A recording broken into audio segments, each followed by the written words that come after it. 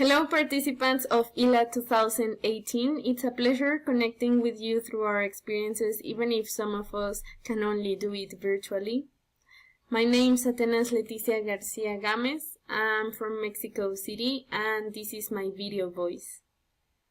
I'm a teacher and an advisor in 3 different contexts. I'm a teacher in a language center for young and adult learners of English, an advisor at a self-access center at UNAM, and a teacher in a public high school at ENP UNAM.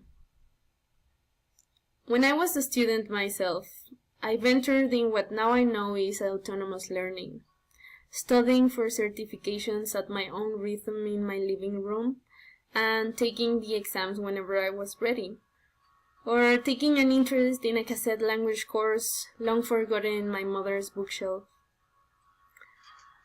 I developed a very natural and internal process of learning, which was driven by a curiosity of understanding how things worked. Later on, this became a passion for understanding learning. But there was also a question that was always there. Why should this topic of understanding learning be a teacher-only topic? If I had known this when I was a student, I would have made so many different choices. So this interest became the backbone of my practice as a teacher and as an advisor in language. For me, it all comes down to the possibility of opening paths of insight to our roles as learners. So many students and learners are not conscious that sometimes their failures or weaknesses are not in the conceptual area, but in the self-knowledge one.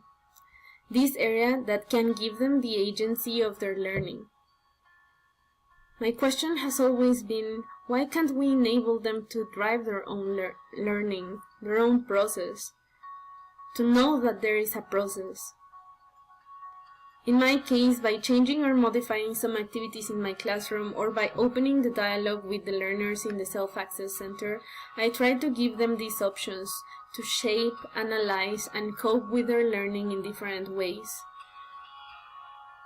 A especially rewarding activity I do with my high school students is a reading project. I give them a class throughout the year based on different strategies, and then I give them guidelines to develop the project in steps.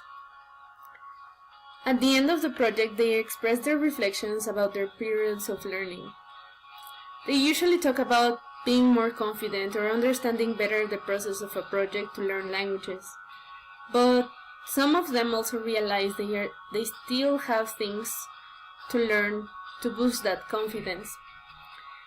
In the end of the project, I don't think they become autonomous, but gradually the sparkle of understanding the process can kindle to open a path of learning in their own way. Being a teacher and an advisor in these 3 different contexts allows me to engage with people in different learning situations and ages who open my understanding on how autonomy can be talked about or included in activities. There is so many things that I still don't understand of the process and that I still want to know. But I always remember that point in my student's life. If I had known this, I would have made so many different things.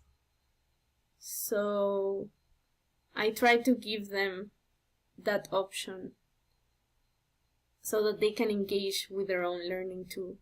I think that we are all interested in that, and I hope that my experiences can help you to reflect on this too and share with me what you think.